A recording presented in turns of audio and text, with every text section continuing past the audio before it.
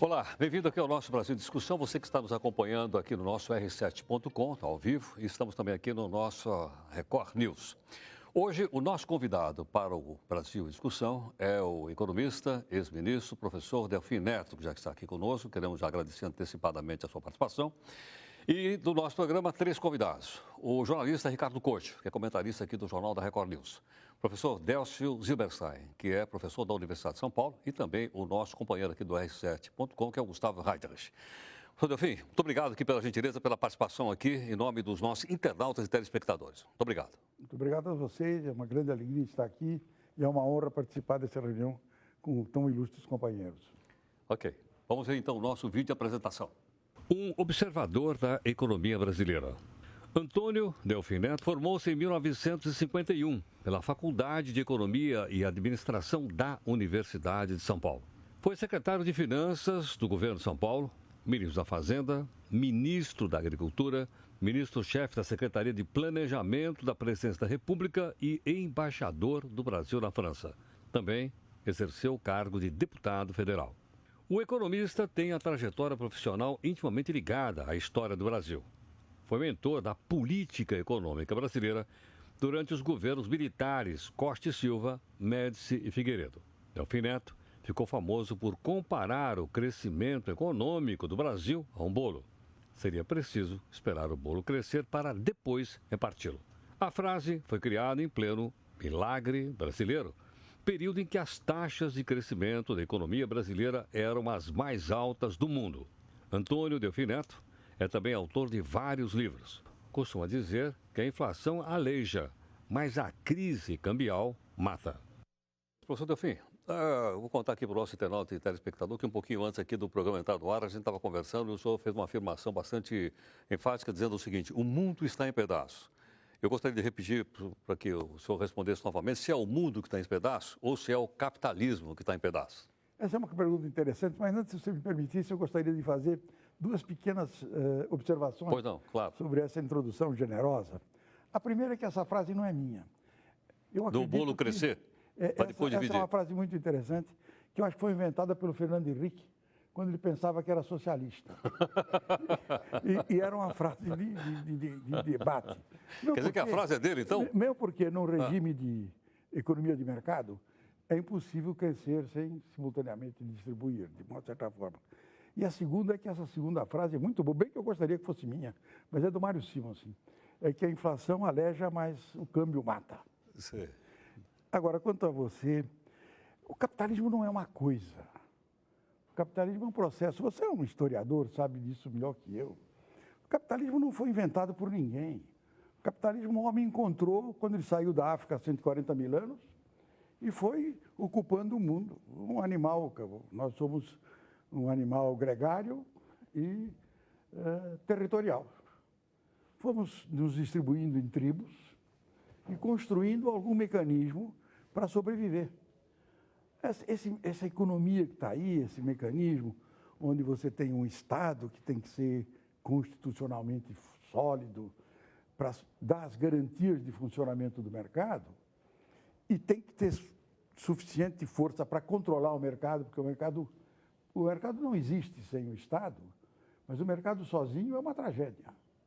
A ideia de que o mercado tem equilíbrio interno, de que o mercado tem moralidade, tudo isso é invenção de economista. Este mecanismo se aperfeiçoa a cada crise, ele vai se mudando, vai se apresentando diferente. O interessante é que este é um mecanismo que sempre caminha na direção de aumentar a liberdade individual e de dar um pouco mais de eficiência produtiva. Mas ele tem outros inconvenientes. Ele é incapaz de produzir uma certa igualdade, ele dá uma certa angústia, porque ele tem dentro de si uma flutuação que eu digo é íncita ao próprio mecanismo, mas que ela é, digamos, aumentada pela nossa forma de ser. Nós nunca estamos normais. Ou nós estamos num grande entusiasmo, ou nós estamos com pessimismo, de forma que nós ainda pomos mais ciclo dentro do verdadeiro ciclo. De forma que não é, eu acho que é uma ilusão. Cada vez que se inventou que era o fim do capitalismo, aparece um cérebro peregrino e diz: deixa que eu vou fazer um homem novo. o século XXI, o século XX é um cemitério de grandes construções do homem novo. Professor Décio, Ricardo, perdão. Eu estava comentando antes do programa começar que nós somos mais ou menos contemporâneos. Em poucos minutos de programa já falamos várias vezes, foi citada várias vezes a palavra crise, né? E desde que a gente se conhece, desde que eu me conheço, por exemplo, comecei a trabalhar como jornalista, o Brasil está em crise, né? E geralmente é a crise do fim do mundo, que vai acabar tudo. Eu queria que você analisasse um pouco essa crise atual, que parece que começou mais ou menos em 2008, como é que o Brasil está enfrentando e como é que vai sair dela?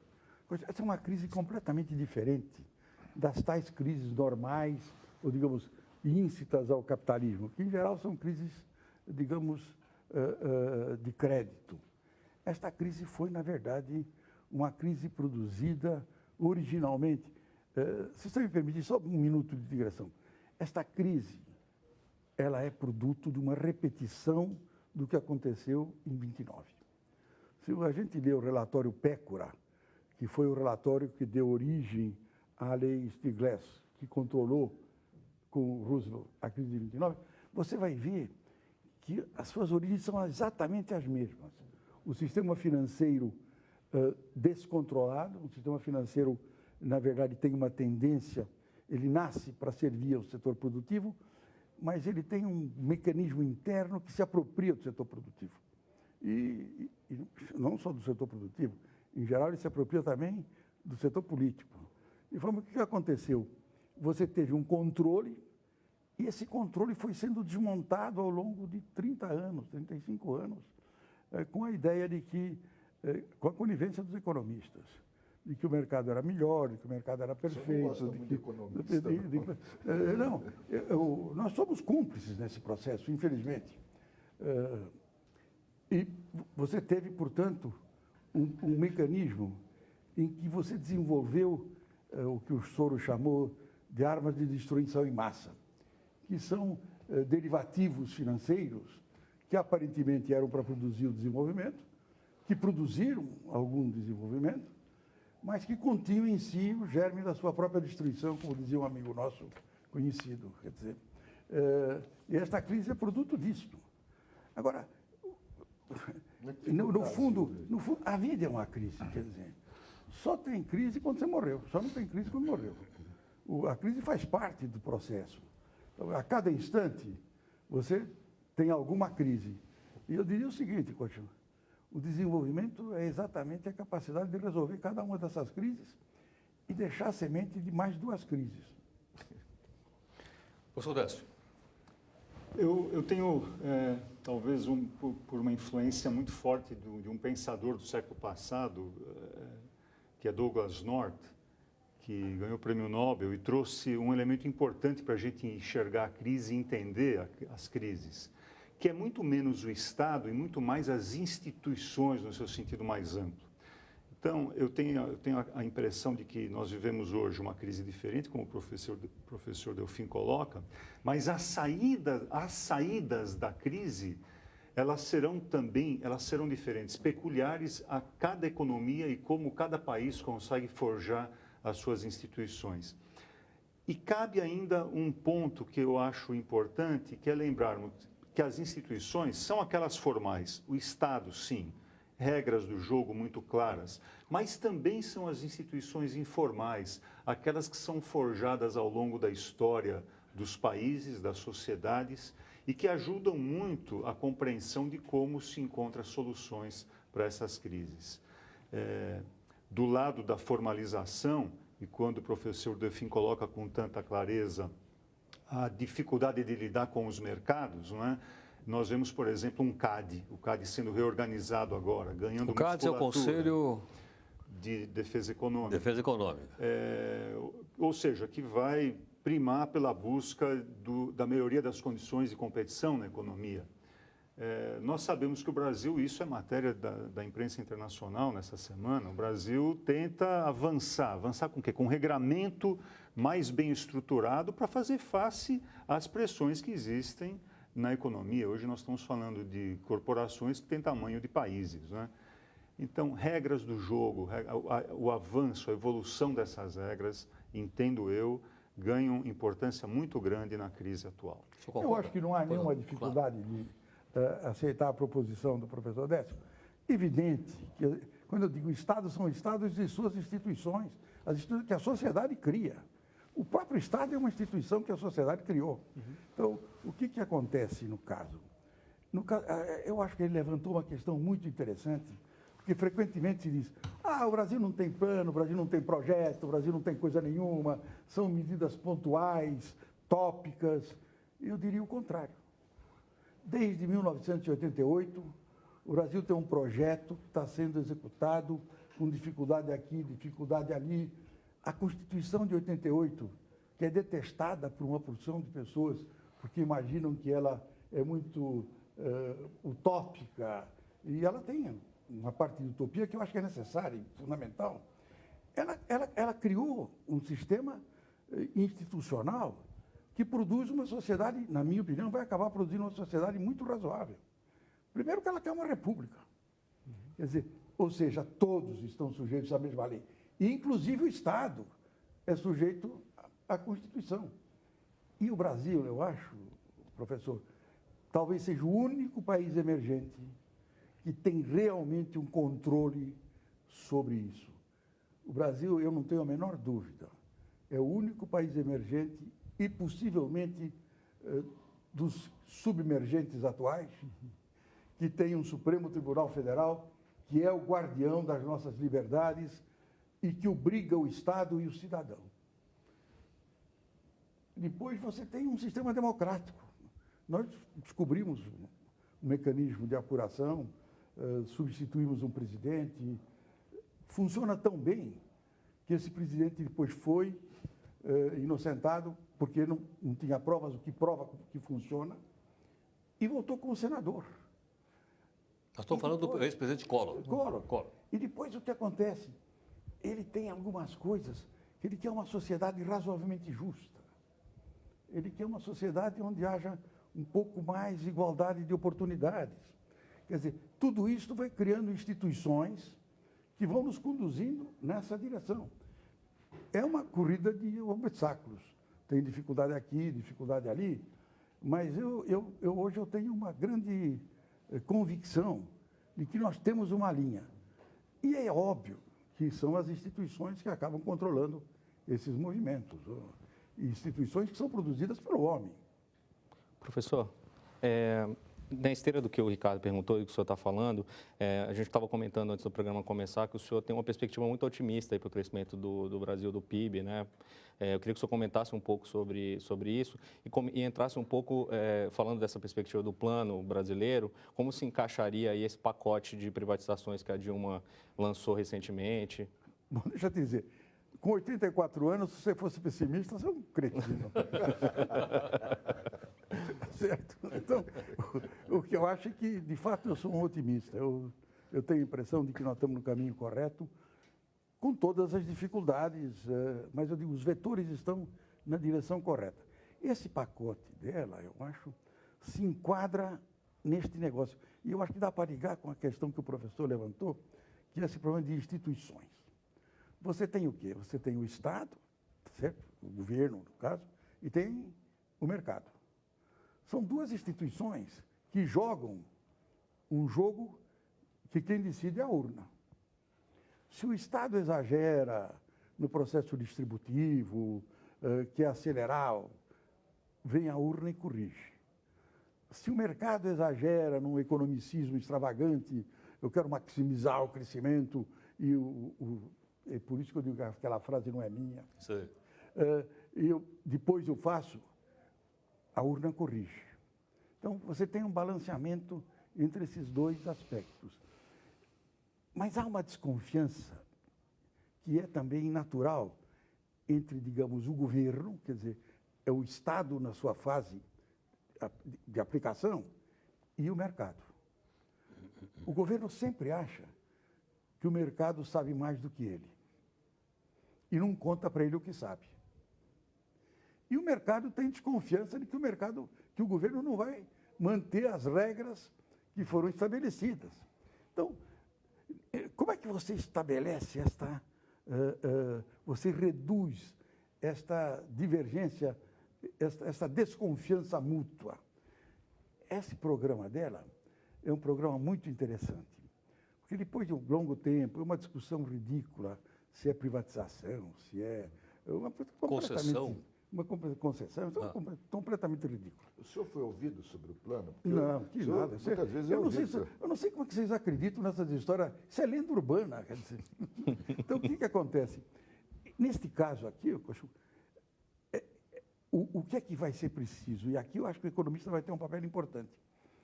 É formular mecanismos de leilão que realmente obrigue o setor privado a saber o que ele, a contar o que ele sabe, e que obrigue o Estado a cumprir as regras institucionais que foram criadas no leilão.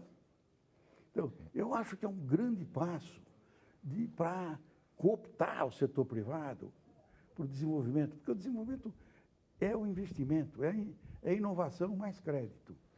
Ele tem, na minha opinião, nós temos condições. Esse é um negócio que vai demorar talvez 10 meses, 12 meses, para começar você a sentir os seus efeitos. Mas as pessoas antecipam. Quer dizer, se realmente se cumprir o que foi prometido, eu acho que antes dele acontecer, ele já começou a acontecer na cabeça das pessoas. Ele vai ajudar a pôr em marcha esse mecanismo de crescimento lento que está sendo restabelecido depois das dificuldades que nós estamos vivendo. Doutor Delfim, tomei uma bronca aqui de um internauta que acabou de mandar, o Alexandre, né? Mandou aqui dizendo, não dá para baixar um pouco essa conversa aí a nível de pessoas que possam compreender, está achando que está com dificuldade. E aí ele manda uma pergunta, que é o seguinte, Alexandre, o que é que o senhor faria, onde é que o senhor aplicaria 15 mil reais hoje? Ô Alexandre, seja esperto, põe na cadeira de poupanças. Mesmo depois dessa mudança de regra? Principalmente depois dessa mudança. Porque as outras aplicações vão ter que se ajustar. Na verdade, você levantou uma questão fundamental. A mudança das regras da caderneta de poupança significa uma mudança profunda do sistema financeiro nacional. Você se queixou desse economês, então a gente vai tentar diminuí-lo. O que aconteceu? Por que não houve nenhuma resistência, na verdade? Porque as pessoas compreenderam que nós estávamos numa situação em que o depósito da caderneta de poupanças era um impedimento para a redução da taxa de juros real da sociedade, que era de 6%. A taxa real de juros no mundo é muito menor que isso. E o Brasil precisava caminhar para uma taxa de juros parecida com a dos seus companheiros no mundo. Então, essa redução foi muito importante e, na minha opinião, para quem tem pequenas economias, a caderneta de poupança é a melhor possível. Porque, no fundo, as aplicações mais sofisticadas, essas produzidas por fundos múltiplos, por fundos de toda a natureza, vão ter que procurar taxas de retorno um pouco superiores à da caderneta de poupança para encontrar tomadores. Só que elas têm um risco positivo maior. A caderneta de poupança tem risco positivo zero. Então, para quem tem 15 mil reais, Alexandre, fique tranquilo. Meta na caderneta de poupança, não te meta nada. Baixando a caderneta de poupança, baixa também o preço da prestação de uma televisão que ele comprou numa loja dessa de... essa Casa Bahia. Essa questão é interessante, não vou fazer propaganda de ninguém aqui. Não, tudo bem, mas é que ele falou. Então, o que eu estou dizendo é o seguinte, todos nós temos algum dinheirinho na caderneta de poupanças, que é uma salvação, na verdade. Amanhã você teve um problema em casa, tem uma unha encravada, quiser entrar no hospital, se você não tiver um chequezinho lá para deixar de garantia, tá certo? Você perde o dedo. Então, você precisa de ter os 500 reais na caderneta de poupança. Lá. E você obtinha quanto? Você obtinha 6% ao ano. Ou seja, você recebia 30 reais de juros da caderneta de poupança no ano. Mas você, que é um sujeito que gosta de assistir seu jogo de futebol, provavelmente um corintiano com cerveja gelada, para provocar um pouco o Heródoto aqui, você precisava comprar uma geladeira. Essa geladeira custa R$1.000, provavelmente, e você comprou numa casa que vende a prestação.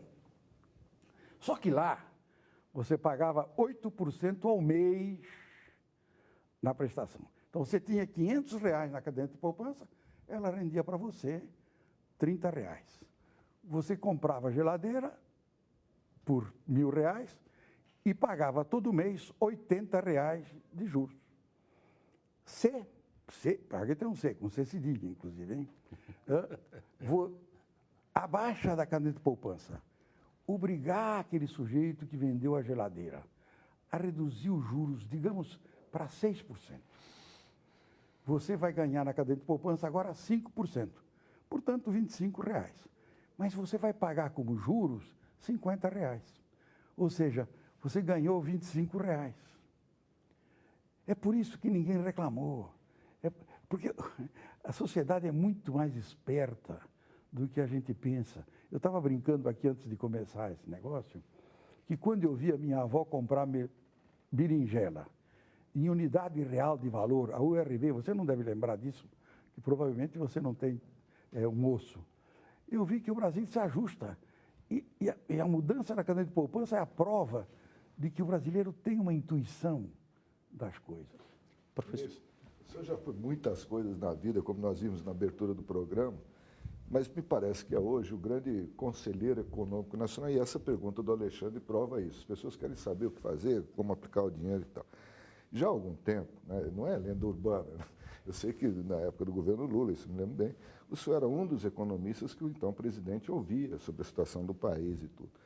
E me lembro também que no final da década de 70, quando o Lula surgiu, né, uma das coisas dele foi no sindicato pedir um reajuste maior de salários, porque disse que o índice de inflação do governo, o índice Delfim, era manipulado e tudo. Aí, passados 30 anos, o senhor fez um monte de coisa e realmente no governo Lula foi um dos economistas que o presidente ouvia. Como é que se deu essa aproximação? Qual foi a mudança que se operou no senhor e o que o senhor acha que aconteceu com o ex-presidente Lula? Na verdade, é um pouco de lenda. Quer dizer, eu, de fato, o Lula me honrava com alguns convites para conversar, para discutir. Mas eu conheço o Lula desde 1982, 81, 82, quer dizer.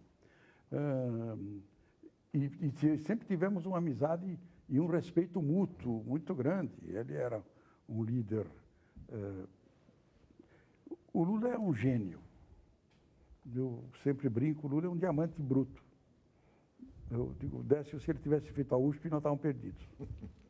Que nós tínhamos ensinado para ele Aristóteles, feito uma porção de coisa, ia inibir a sua criatividade. De forma que, então, o que acontece é o seguinte, ele intuiu rapidamente que aquelas ideias mirabolantes não funcionavam. Quer dizer, foi uma grande... e intuiu mais. Intuiu que tinha sido feito já um grande caminho na direção a que eu apontei e que faltava, na verdade, uma inclusão social. Foi essa inclusão social que permitiu expandir essa classe média que nós estamos vivendo hoje, essa expansão. E eu acho que também ele entendeu uma coisa importante, que é a revolução demográfica que aconteceu. Quando eu era moço, sempre brinco na Idade Média, um dos maiores problemas, eu e o Roberto Campos, que era uma figura extraordinária, uma inteligência absolutamente privilegiada, e o Campos me dizia, Delfim, não tem solução. Nós vamos ser com 400 milhões de habitantes. Quando chegar lá em 1980, 90, isto vai ser uma porcaria que não tem jeito. E se namorava, inclusive, com o controle de natalidade. O Vaticano pôs a mão. Então, o que aconteceu? Houve um processo, uma mudança completa. As mulheres aprenderam muito mais rapidamente que os homens. Elas se educaram. Naquele tempo que nós estávamos discutindo, cada mulher deixava 6 filhos. Hoje, cada mulher não chega a deixar 2 filhos. Isso não dependeu de ninguém. Isso foi um aprendizado. A mulher aprendeu muito mais do que o homem. Por isso que eu brinco hoje, nós estamos na mão de um matriarcado e eu estou me sentindo muito bem. E você aqui no R7.com e também na nossa Record News está acompanhando hoje o nosso prazer de discussão com o nosso convidado, que é o professor Delfim Neto, ex-ministro da Fazenda, também da Agricultura, e os nossos convidados, perguntadores, o jornalista Ricardo Corte, aqui da Record News, o professor Décio Zilberstein, professor da Universidade de São Paulo, e o nosso companheiro, o Gustavo Heinrich, que é aqui do nosso R7.com. Se nós olharmos ao nosso redor hoje, nós temos uma Europa sofrendo pressões enormes, nós temos uma China suspirando um pouco, isso abala o resto do mundo, nós temos os Estados Unidos passando por um momento difícil, inclusive com um impacto de oferta de grãos que sozinho é maior do que a produção do Brasil foi por muitos anos, foi só muito recentemente que nós passamos das 100 milhões de toneladas. Eu pergunto, quão isolados nós estamos desse processo? Não, professor, nós não estamos isolados. Nós somos parte do mundo, temos o bônus de estar no mundo e vamos pagar o preço de estar no mundo. Quer dizer, é ilusão imaginar que o Brasil está, digamos, que ele possa se isolar completamente desse movimento. Esse movimento pode chegar e vai chegar na gente por muitos caminhos. O que eu digo é que ele hoje, o efeito talvez seja menor do que seria no passado. Mas é evidente que, agora mesmo, nós vamos ter um aumento de preços, digamos, do setor agrícola, produzido por essa crise mundial. A nossa safra não foi muito boa, a que nós estamos acabando, mas a que vem aí, se o tempo correr bem, nós vamos ter uma safra absolutamente extraordinária. E aqui eu acho, professor, que você levantou uma questão interessante, que é uma mudança importante nessa nova política agrícola lançada nesse último mês. Quer dizer, onde o governo deu uma ênfase muito grande ao crédito agrícola, ao seguro agrícola e, mais do que isso, a prestação de assistência para reduzir os diferenciais de produtividade entre as propriedades de diversos tamanhos. Porque isso tenha sido abandonado. As Embrater, toda aquela assistência que existia antes de 84, aquilo foi tudo abandonado. E houve uma recuperação muito grande. Eu acho que esse plano de governo, este último agora, agrícola, talvez seja o melhor dos últimos 10 ou 12 anos. Então, que é uma consciência de que se nós não tivermos uma boa safra, o efeito sobre nós será muito maior do que... E eu acho que o negócio, digamos, as exportações brasileiras encontrarão seguramente dificuldades, porque o grande mercado de produtos industriais, que era a Europa, que os Estados Unidos, estão em dificuldades, os mercados que precisam de alimentos vão crescer um pouco menos, mas é verdade que aí a elasticidade é relativamente pequena. De qualquer forma, se houvesse mesmo que parasse o movimento de capitais, digamos, o Brasil não está mais sujeito àquela morte súbita do passado. Quer dizer, hoje nós temos 370 bilhões de dólares de reserva, temos um câmbio que pode flutua sob controle, como todos. Não existe nenhum país que tenha câmbio flutuante, isso é uma conversa mole. Nem a Suíça. Então, o que acontece? Eu acho que estamos hoje razoavelmente protegidos. Agora, nós não voltamos a voltar a crescer 5% sem fazer um esforço interno muito grande de investimento. E esse início desse processo, se funcionar, como eu disse, eu acho que vai nos levar, nós vamos virar o ano, na minha opinião, rodando aí em 3,8, 4, e se esse programa funcionar, nós devemos manter um ritmo aí de 4%, 4,5% nos próximos anos, que já é um crescimento bastante razoável diante do crescimento do mundo. Porque nossa população não vai crescer 0,8% ao ano. De forma que isso significa um crescimento per capita em torno de 3%, ou seja, dobra a tua renda a cada 20 anos, 22 anos, 23 anos. O Brasil tem chance de chegar a isso. Professor, eu queria retomar um pouco o contexto do nosso internauta que fez a pergunta sobre a poupança, né? O Alexandre. O Alexandre, isso. Essa ascensão da classe C, né, essa elevação de mais de metade da população para a classe C, foi uma das grandes conquistas do governo Lula, né? E hoje já se fala de uma ascensão da classe D, quer dizer, enfim, essa redução da desigualdade, acesso ao consumo, que levou também ao acesso à educação, né? As pessoas entraram no ensino superior, e houve um aumento aí, mais de 50% de acesso ao ensino superior pela classe C. Eu queria que o senhor falasse um pouco da sustentabilidade desse processo de crescimento social. Quer dizer, como que o senhor vê? Quer dizer, ontem saiu um índice de endividamento das famílias aí em torno de 60%. Como que o senhor vê essa questão? Quer dizer, isso Gustavo, a longo prazo? 60% das famílias têm dívidas. Qual é a riqueza do pobre? A riqueza do pobre é o seu crédito. Essa mudança que está aí é o seu crédito. Então, o que acontece? Quando eu vejo essa preocupação, o crédito está subindo muito no Brasil, é que não existia crédito. Na verdade, nenhum cidadão dessa classe C hoje teria coragem de entrar num banco. Essa gente foi sendo atraída para o sistema e foi sendo incorporada ao sistema.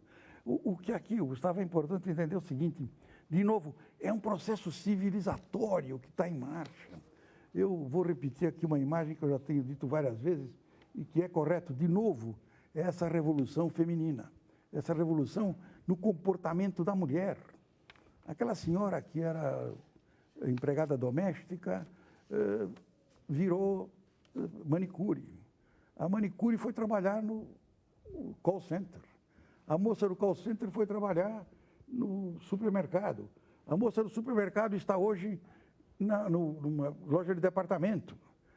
Aqui ela usava sabão de coco. Hoje ela usa Dove. Você acha que o aumento da taxa de juros vai fazer ela voltar a usar sabão de coco? Então, é imaginável que você possa... Este é um processo civilizatório definitivo. Quando você levanta essa questão, que no fundo está ligada à questão de educação, que está num processo de revolução também. Não existe nenhuma empresa no Brasil hoje que às 4 horas não tem uma sala de aula funcionando para ensinar que on é ligue e off é desligue. No interior de São Paulo hoje tem 400 universidades. Não são iguais à nossa USP, não são iguais à nossa MIT, mas são, digamos, degraus acima daquilo que a gente imagina. Ministro, estava aqui reparando, ouvindo o senhor falar, há muito tempo eu não ouvia um brasileiro, né, tão otimista com o Brasil, né, e dando exemplos e números e tudo. Então, onde o senhor tira todo esse otimismo, essa força, e o que o senhor sente de manhã depois de ler os jornais brasileiros? O que eu sinto de manhã é o seguinte, espero poder viver para contrariá-los.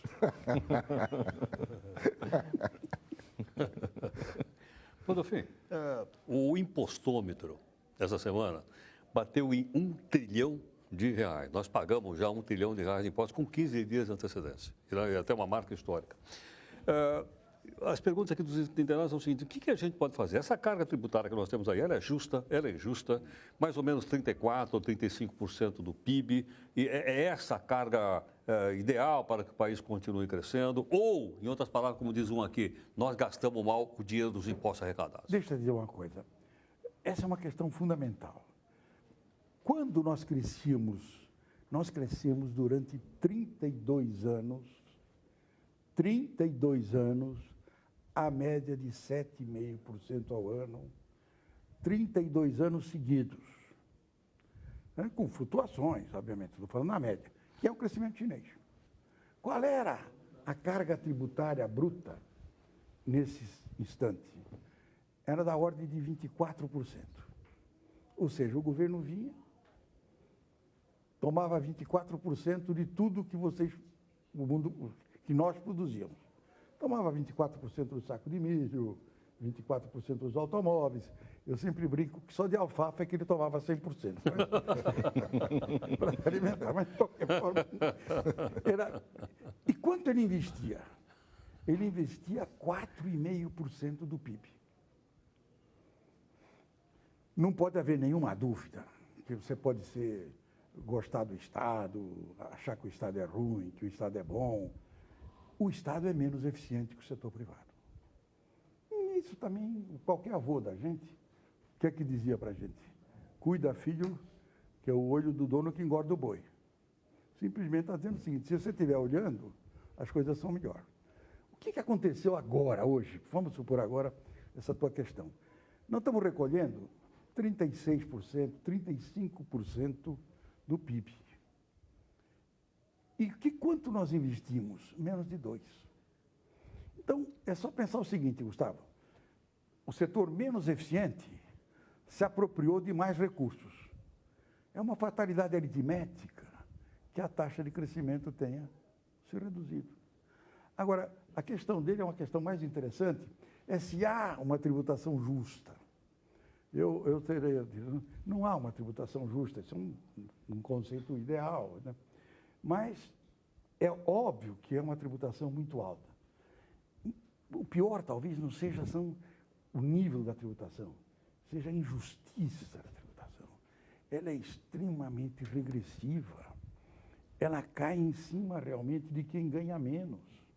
Ela tem dificuldades operacionais gigantescas. Nós precisamos enfrentar esse processo, e não é só o governo federal, no fundo é o ICMS. O ICMS, quando foi criado em 67, foi criado para que você poder facilitar as exportações, que era um problema que nós sempre tínhamos, crise de balanço de pagamentos. E rapidamente os estados perceberam que ele podia ser usado como alíquota alfandegária. E os estados começaram a manipular isso. Mas naquele tempo, a minha lógica era tão perfeita que eu conseguia demonstrar qualquer teorema. Então, se criou o CONFAS, informalmente, e a gente demonstrava o teorema para todos os secretários de Fazenda, né, que não era bom aquele tipo de comportamento, tá certo? O que hoje é impossível. Isso que você está falando é a guerra fiscal entre os estados? É a guerra fiscal entre os estados. Então, o que aconteceu? Mas mesmo aqui nós estamos caminhando, estamos avançando lentamente, mas o sistema tributário, ele não é que ele é... Se fosse para baixar o imposto, Heródoto, eu tenho, acho que, a melhor sugestão seria não é baixar o imposto, é dar mais tempo para o sujeito pagar o imposto. Então, vamos supor um fabricante de sapato. Ele paga o imposto sobre o sapato 60 dias antes de receber o preço do sapato. Quer dizer, ele tem que buscar dinheiro no setor bancário, pagar juros. Naquele tempo, de novo, você pagava imposto a 120 dias. Hoje paga menos 60. Quer dizer, você faturava, era 90 dias fora o mês. Hoje, você paga o imposto 60 dias antes do mês. Antes Então, de receber. se você desse esse espaço, esse dinheirinho ia aparecer no bolso do pequenininho, do grande, do médio. E o que ia acontecer? Ele ia ficar menos dependente do sistema bancário, ele ia se libertar um pouco dessa carga, tudo ia melhorar. Você não estava baixando o imposto, você dava condições um pouco mais razoáveis para pagá-lo. Com a mesma carga tributária, 34 ou 36. Exatamente. Tá. Só para a gente pegar um gancho aqui, professor Delfim, ainda cutucado aqui pelos internautas. O senhor fez aí uma análise da economia brasileira, otimista, como todos aqui já acompanharam, o próprio internauta diz aqui que o senhor está otimista. Como é que o senhor avalia essa visão que o senhor tem do Brasil diante de outras economias aqui na América Latina? E ele cita aqui a Argentina, cita a Venezuela, cita a Bolívia e o Equador, chamado Grupo Bolivariano. E ele pergunta se isso, na sua opinião, é ou não um populismo econômico. Deixa ele dizer, depende de como você classifica o populismo econômico. Eu acho que a Argentina é um caso muito interessante, porque a Argentina é um país extremamente rico, extremamente educado. Nos anos 20 tinha o nível de vida da Europa, tá certo? Mas a Argentina se apaixonou por um cidadão e nunca mais se libertou. O Brasil é diferente. O cidadão, estão falando, é Juan Domingo Perón. O Perón. E ele foi deixando uma troça do lado, de qualidade duvidosa, mas a paixão continua. O caso brasileiro é diferente. Você teve uma paixão rápida, um pouco mais longa pelo Getúlio, e passou, terminou, não tem como. Teve uma paixão rapidíssima pelo Jânio e morreu. Quer dizer, teve uma grande paixão pelo Juscelino, tá certo? Que também sumiu, desapareceu. Quer dizer, o brasileiro não tem... Aqui eu acho que volta ao que eu disse o professor Décio, as nossas instituições são mais sólidas do que as deles. E hoje eu estou convencido, essas instituições estão se aperfeiçoando. Não tem volta, não há condição de você regredir nisso. Então, se você olha para a Venezuela, é uma tragédia. É uma tragédia, é um país que não consegue viver, não consegue comer, não consegue produzir o seu alimento. Então, pode ir lá, de novo, é o cara que quer fabricar o homem novo. Pode ficar tranquilo. O Chávez. O Chávez. Como é que vai terminar aquilo? O caso da Bolívia é uma coisa um pouco diferente.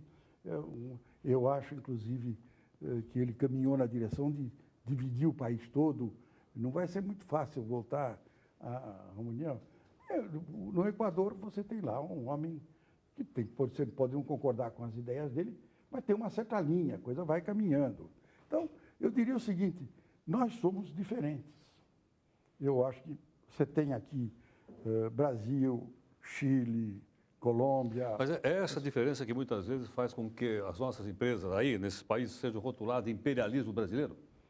Deixa eu dizer, é sempre assim. Que quando o Collor ganhou a eleição, rotulando as pessoas de Marajás, eu perguntei para um companheiro meu que ia votar nele se ele conhecia algum Marajá. Ele disse, como não conheço? Mas quem é o teu Marajá? O Marajá é aquele dono daquela loja de ferragens que não me dá crédito. Professor Décio. Professor Delfim, o senhor explorou muito bem a temática tributária. Eu queria que o senhor olhasse um pouquinho o outro lado, gostaria de ouvi-lo, sobre a questão da qualidade do dispêndio público. O Brasil hoje enfrenta uma situação peculiar. Nós vivemos um momento de uma greve do Serviço Federal.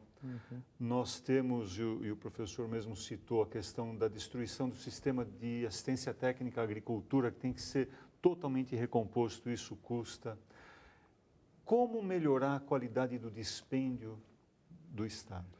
Aqui sim, professor, acho que você está colocando o dedo na questão. A questão é, na verdade, que a qualidade do gasto do governo é deplorável. Não tem controle, não vamos ter ilusão. O Brasil não gasta menos que os outros países, nem em saúde, nem em educação. O Brasil é muito menos eficiente no uso desses recursos. Aqui o Brasil vai ter que fazer uma mudança. É uma outra questão que eu acho que estamos avançando lentamente. Quando você constrói, na verdade, lá junto à presidente, um grupo comandado pelo Gerdau,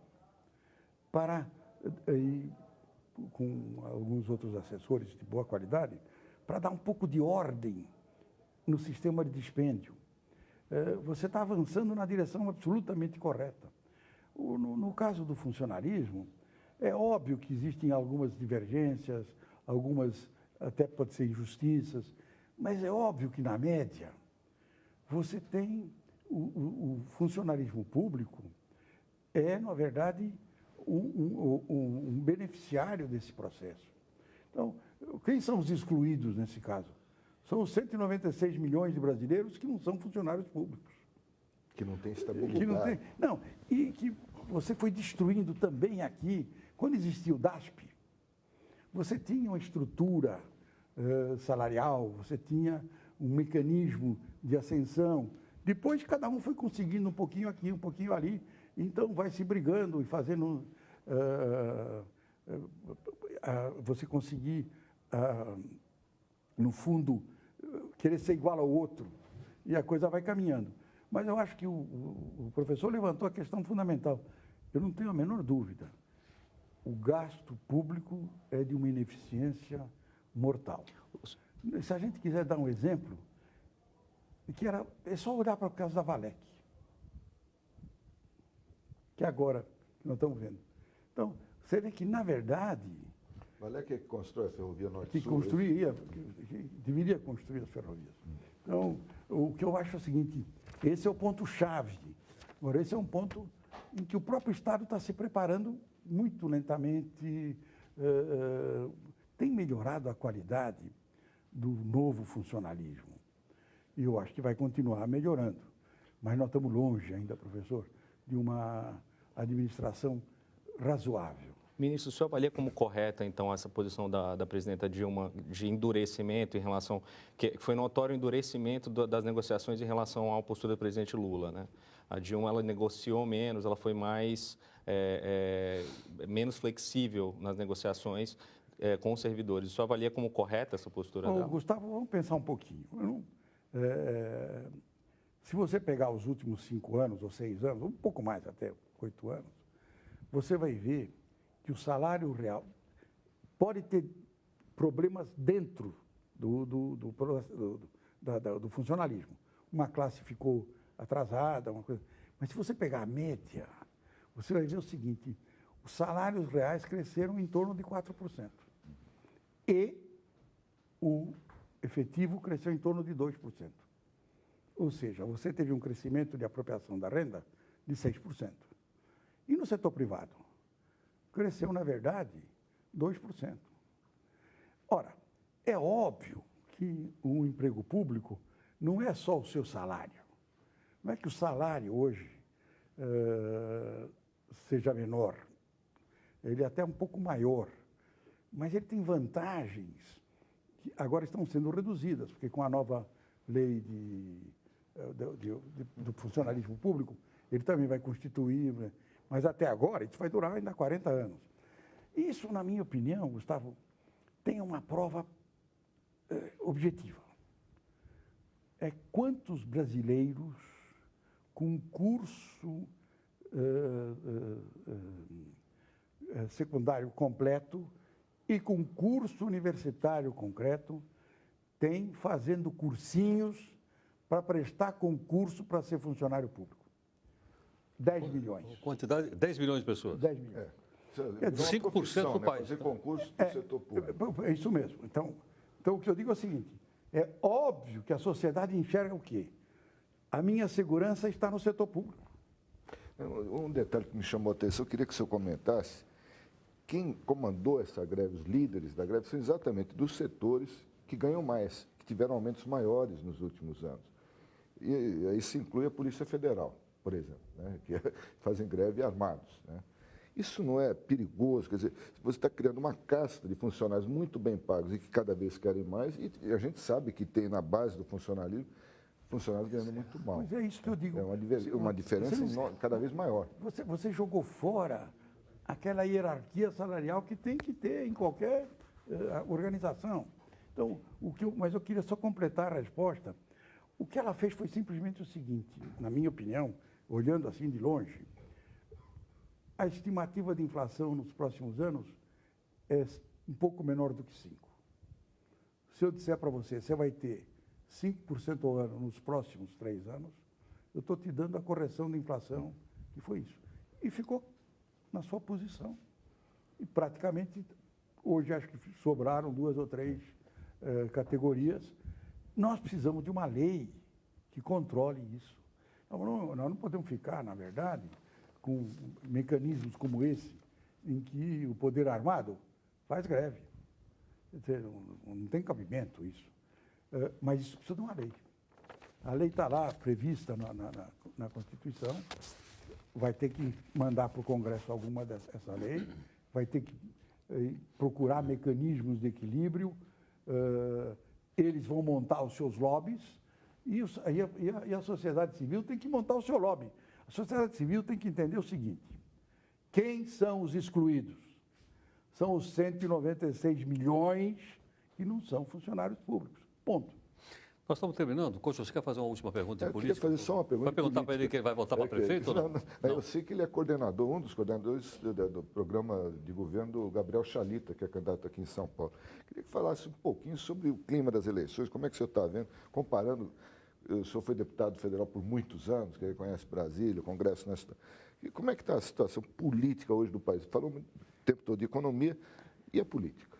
Eu acho que nós caminhamos, vamos ter uma eleição normal como as outras, dá a impressão hoje de que está muito diferente, mas eu estou com o Chalita realmente, tenho ajudado no que é possível, eu sou do partido, vou ficar com o meu partido, acho o Chalita um excelente candidato, agradeço até a oportunidade que você me dá de fazer esse comercial, tá certo? Mas eu acho que não é uma campanha muito diferente das demais. E o que pega esse ano? Só para a gente entender, qual é o tema central? Onde que a coisa pega nessa eleição? Na minha opinião, essa eleição não tem alguma coisa que pegue na eleição. O que eu tenho, até agora, eu não vi nenhuma, não houve uma sensibilização da sociedade para a eleição. Aí você tem uma porção de ideias, mas você tem uma cidade que é, obviamente, muito difícil de viver. Você não consegue ir a lugar nenhum em São Paulo em menos de 1 hora. Não importa, pode ser lá na outra esquina. É verdade, hoje, inclusive, o nosso perguntador chegou atrasado. Pois é, não tem. O coach. Mas esse problema... Normalmente você não anda, quando tem um incêndio no caminho. Esse problema da mobilidade urbana, eu acho que é uma das coisas mais trágicas, porque eu vou dizer só um minutinho. Foi claro. Eu moro em Cotia, morava em Cotia até há pouco tempo. Eu saía de Cotia às 5 da manhã para poder chegar no escritório às 6h05. Se eu saísse às 5h30, chegava às 7h30.